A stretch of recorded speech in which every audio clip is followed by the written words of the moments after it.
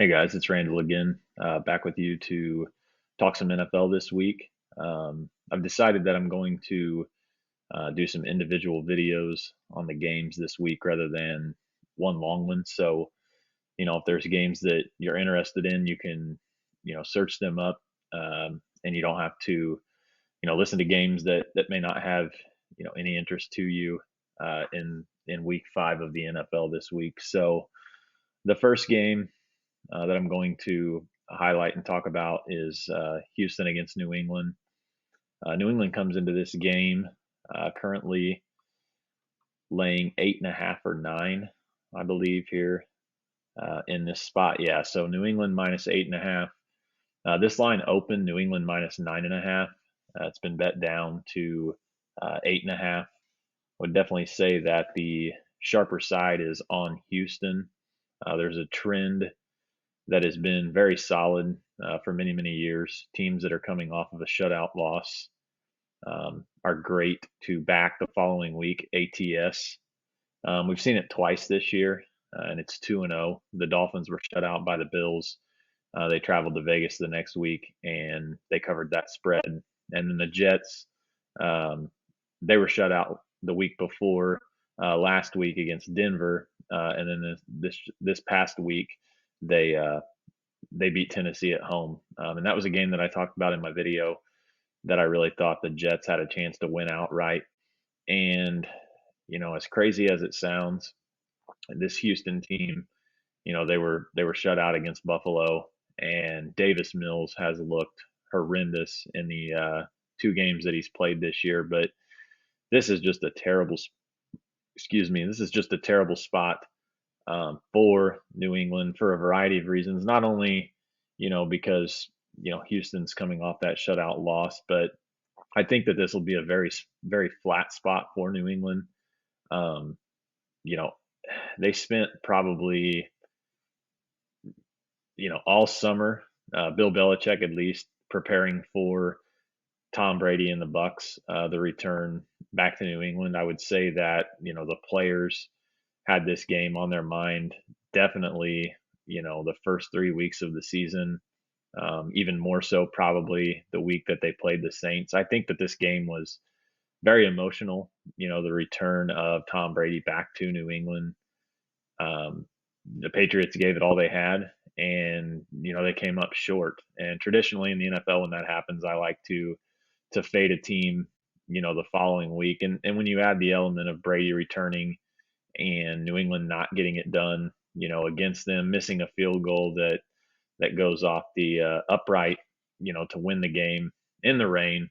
I just think that this is a great spot for Houston for those 2 reasons, that I just talked about. Um, since 2018, this trend is now 11-3. So if you back the team that's shut out the next week, it's 11-3, and it's 2-0 this year. So there's a lot that points to Houston. I would love to see Jeff Driskel in this game. I don't know how he can be any worse than Davis Mills. Yeah, I'd love to see Deshaun Watson, but we wouldn't be catching 8.5 if that were the case, and they probably wouldn't have been shut out at Buffalo.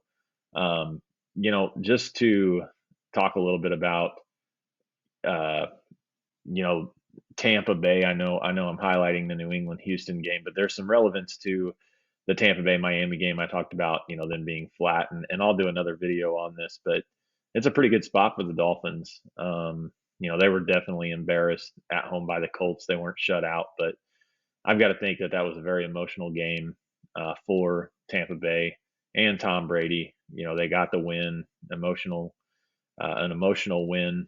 A game that they could have lost. So, I'm going to definitely be looking to back the Texans here in this spot. Um, I don't think that the line goes much lower than this. Really, truly, where it's at right now is a solid teaser number if you want to take New England. 6.5 on a teaser, you can get it down to -2. New England wins by a field goal and you're set. So it's hard to say that the Texans are live in this spot, but the Patriots. I mean, the total in this game, if you look, is pretty low. given the way that the NFL is today. I mean, it's 39.5. So, you're giving me 8.5, 9 points in a game, with a total lined under 40. I'm going to take my chances with that all day. New England doesn't have the firepower to blow anybody out. New England has no business laying, 8.5, 9 in this spot. I think it's just unreasonable. And, I don't think that they cover this number. I think they probably win the game, but would it shock me if Houston won? Not in the least. It's the NFL.